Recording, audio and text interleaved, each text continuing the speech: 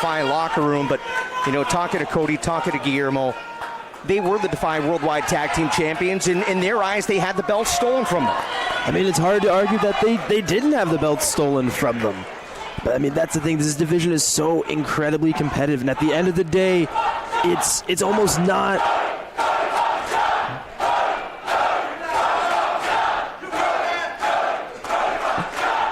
In a way, it's almost not what went down, but what does the record books show? And at the end of the day, the record books show that C4 lost the tag team champions. The same way it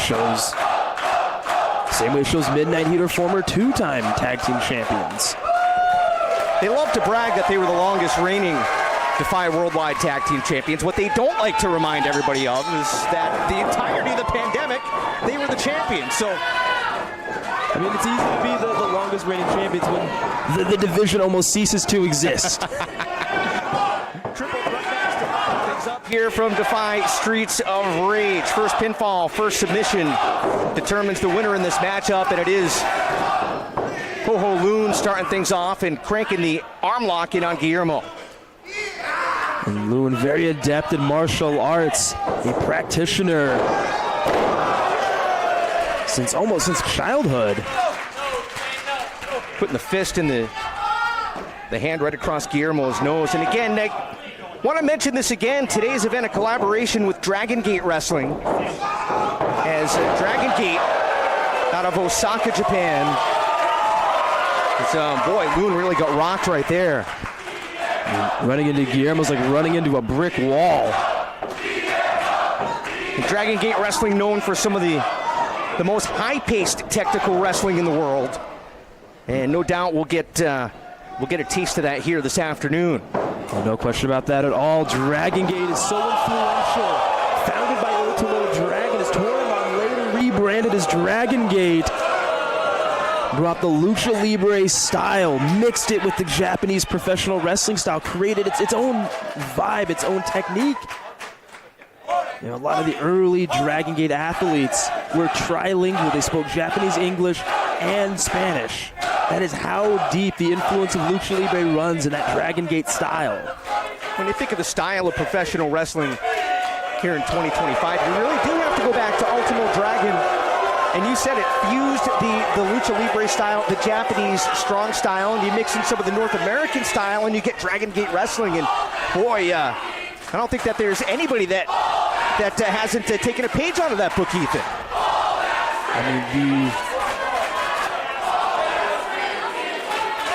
fans really love giving it to Gibson. I mean, the Defiance never fails to hit the nail right on the head. But to your point, before everybody had a homogenized style, Dragon Gate, Ultimo Dragon exclusively, but Dragon Gate as a whole was really one of the first to start really blending styles. The classic one, Satara Cody Chun.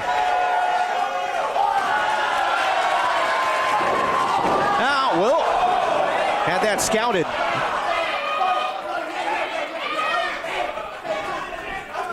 You put your gun down, I'll put mine down. You ready? Nice and easy. Nice and easy. I don't know how far I go to trust Ishin right there. Break Cody's eyes. Like every member of Z-Brats and Dragon Gate, not afraid to break the rules in the least bit. Cody trying to close the distance, and Ishin getting the boot up right in his face. Takes out Ho-Ho Loon, does Cody. And now Gibson from behind.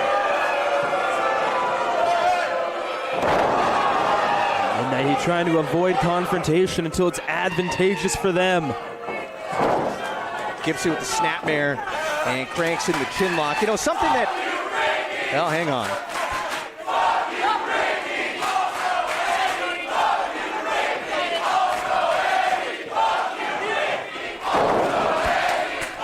If you're picking that up at home, they're saying also Eddie. And speaking of Eddie, he's tagged in Eddie Pearl, now the legal man. What did you say last time we were here about Eddie? Remember he pulled his pants down and...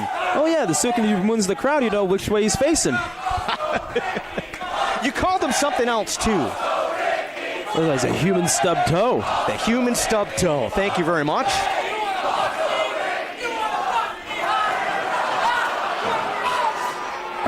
Get involved in the conversation today. You see the hashtag up the top left of your screen, the social media on the bottom. Hashtag Defy Rage. Gibson, the big chop, and Chun trying to catch his breath.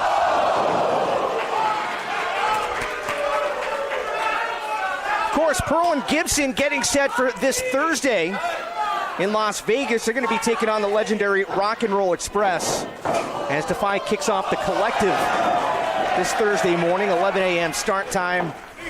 It's 11 a.m. Pacific, 2 p.m. Eastern time. Guillermo rocked, and now Gibson, he went hard into the buckle, and Loon doesn't seem to know what to make. Cody Chun just tagged him in, and that's the thing with these triple threat matches, anybody's fair game. I mean, at that point, if your tag partner's down, you don't want to get pinned. It's never a good look. Sometimes you're forced to tag in somebody who you may not be that close with, maybe not even a tag team partner of. Loon missed with the clothesline. Oh! Gibson with the backbreaker. And Ricky pointed the elbow right into the sternum. Lateral press. And Loon able to kick out at 2. You've been following wrestling for a bit. You know this is a much different Loon, a little more confident, a little more aggressive Loon than you may have seen in the Cruiserweight Classic. Gibson now cranking in the chin lock. Really has the fans behind him. I mean, it's hard not to. He's got a lot of heart, a lot of passion. I mean, for a long time, and I would say even now, he's a pillar of the wrestling scene out in Hong Kong. Pearl tagged in Gibson. Loon able to get out of the pinfall attempt, and just as quickly takes a knee to the temple. Gibson pushing the envelope here. And I feel like ever since they found out they were going to be wrestling the Rock and Roll Express, the Heat have been more aggressive lately. I think they really understand that they have something to prove. Yeah, two legends like Ricky Morton and Robert Gibson. I mean, a lot of people can lay claim to having held the Defy Tag Team Championships. Multiple people can. But I think they know deep down if they're the ones that are able to force the Rock and Roll Express to retire, there's only one that can do that. And Loon fighting for his life right now to get a tag to Ishin. And Ishin now the legal man. The diving tag by Loon. Chun trying to get in there. And Ishin shouldering everybody down. It's something I never thought I'd see. Chun and Gibson teaming up. I mean, these multi-person matches can make strange bedfellows. That is exactly what's happening right now. Bulldog delivered by Ishin. Nice suplex. And Gibson right on his head. Guillermo pulls the straps down, and Red Hot Rosas.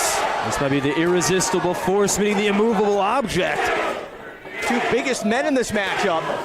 Neither of them wants to yield. This is the first time either of them have been in the ring together. Spinning back fist from Guillermo. Cody in there now.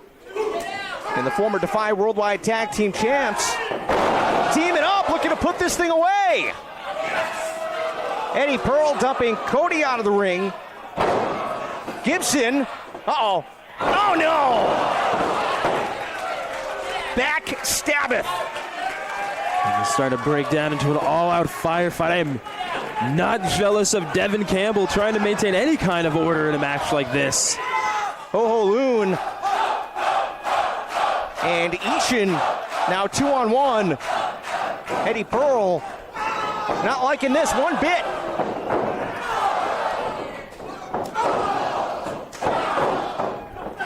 Look at this incredible teamwork from the two of them.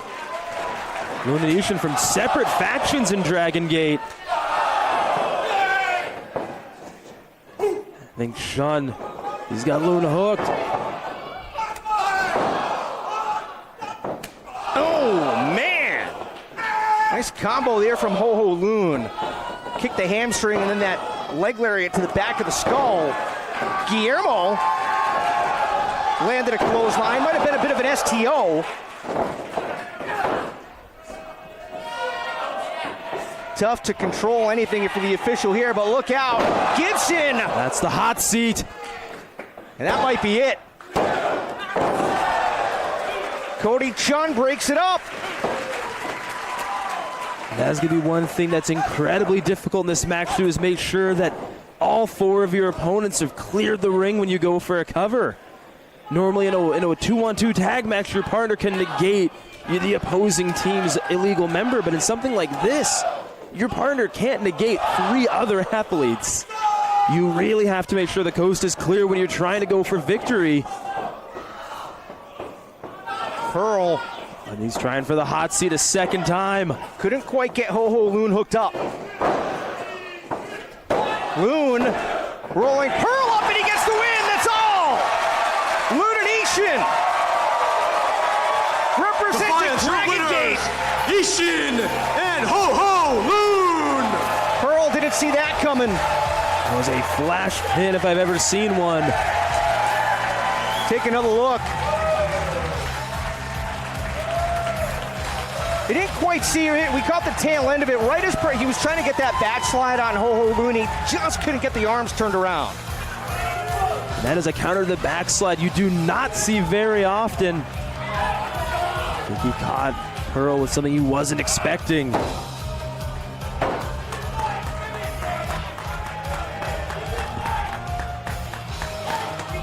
What an impressive debut win for Ho Ho Loon and Ishin, representing Dragon Gate Pro Wrestling. What a crock of shit that was!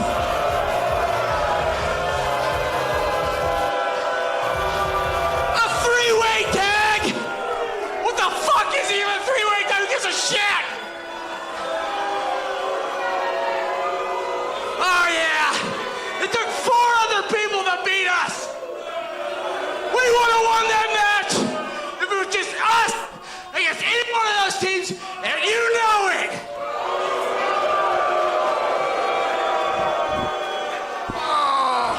Oh! You know who's not gonna beat us? Rock and Roll Express! We're gonna beat the brakes off those old geezers! And we're finally gonna retire their asses!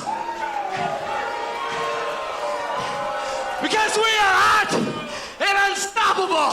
We're the hottest thing going today, the Midnight Heat.